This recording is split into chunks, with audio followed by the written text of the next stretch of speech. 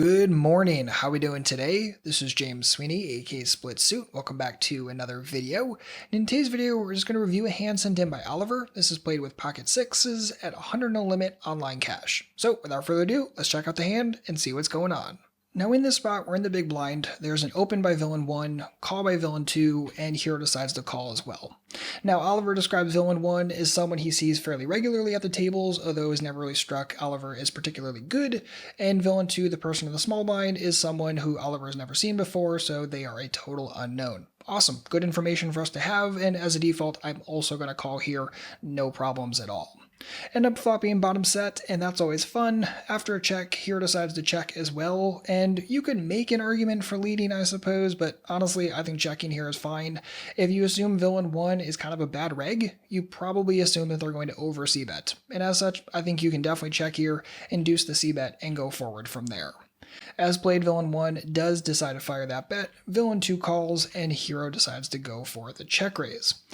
So I love the fact that we're check raising, and if you've watched a lot of my videos, you know what I'm going to gripe about next, and that is the bet size. I think the size here could definitely be larger. If we think about what a pot size check raise would be, it'd be roughly around 30, and I think if we were to go to something like 25, that would be better than just going to 18.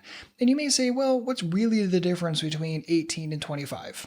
And other than the clearly obvious answer of $7, there is a lot of value in the long run of getting these extra bets where you can get more money in right this moment, right? If they're going to continue with Jack X or an overpair or a sticky 9X or a draw, are they going to continue any differently for 18 versus 25? I don't think so. I think they're going to continue at roughly the same frequency. So you make more money when they continue with those second best hands, and you don't really have to go too much larger. You're not going like egregiously large and overbetting.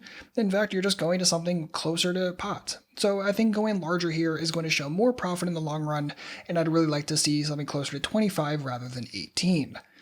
As played, we end up getting called by villain 1, called by villain 2, go three-way to the turn, and we face a $33 bet from villain 2. So in the actual hand, Oliver ends up folding. And I don't like the fold, so let's talk about things and go from there. In the write-up, Oliver says, the thing I'm obviously most interested in is your opinion of the turn. When villain 2 leads out, I just thought that I would have absolutely zero bluffs there ever, and I don't think many other players do, hence my fold. Okay. Couple of big major things to keep in mind here. One, you're getting roughly 3-1 in this situation, and even when you're behind, you still have fine amounts of equity, and you should have pretty darn good implied odds as well. So there's really no mathematical reason whatsoever to fold in this situation. I mean, the implied odds could come from villain 1 calling as well. There are plenty of hands that villain 1 could continue with that aren't just the nuts, because if V2 has the nuts, it minimizes the amount of nuts that V1 can have, which means V1 could get stuck with, an overpair or a Jack X kind of hand, and they're getting a good price. So again, the implied odds can come from them, or the implied odds can come from villain 2 having a straight and then paying us off on the river when the board pairs, and we end up crushing them. Awesome. Again, not to say that we're going to improve every single time, but we definitely have enough equity and implied odds to justify getting involved here. So folding definitely out of the question here. The other thing is that based upon the write-up, you said when villain 2 leads out, I just thought that I have absolutely zero bluffs there, and thus you don't think he would either. First and foremost, V2 is an unknown. You don't know who the heck they are, you don't know their frequencies, and sure, you could say that they could have nuttish hands here. I totally agree with you. But you can't say for certain that they have zero bluffs. You can't say that they wouldn't overvalue 9-8 or 6-8 or Jack 8 or Jack 10 or 9-10 or whatever it be. You can't say for certain that they have you absolutely hammered here and that they have zero bluffs and or second best hands.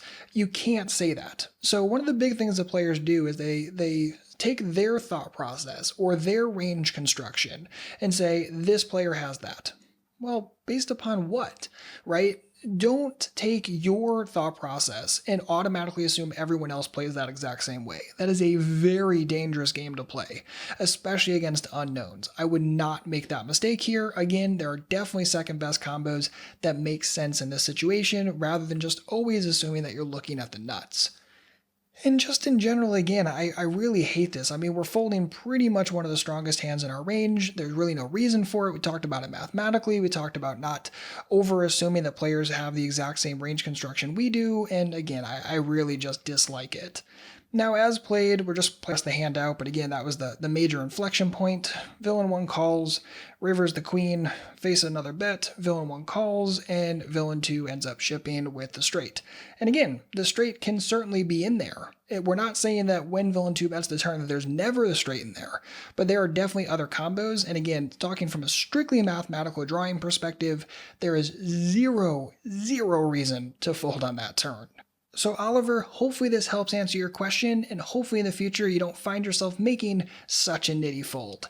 If you're looking for your next step today, I would definitely suggest reading my full guide called Folding in Poker, essentially where players go wrong when it comes to folding. Now, if you've made any questionable folds in the last month, take a moment, read the guide, thank me later. I think it's really going to change your mind and your overall opinion and thought process when it comes to making folds in this game and where players tend to go wrong when it comes to folding.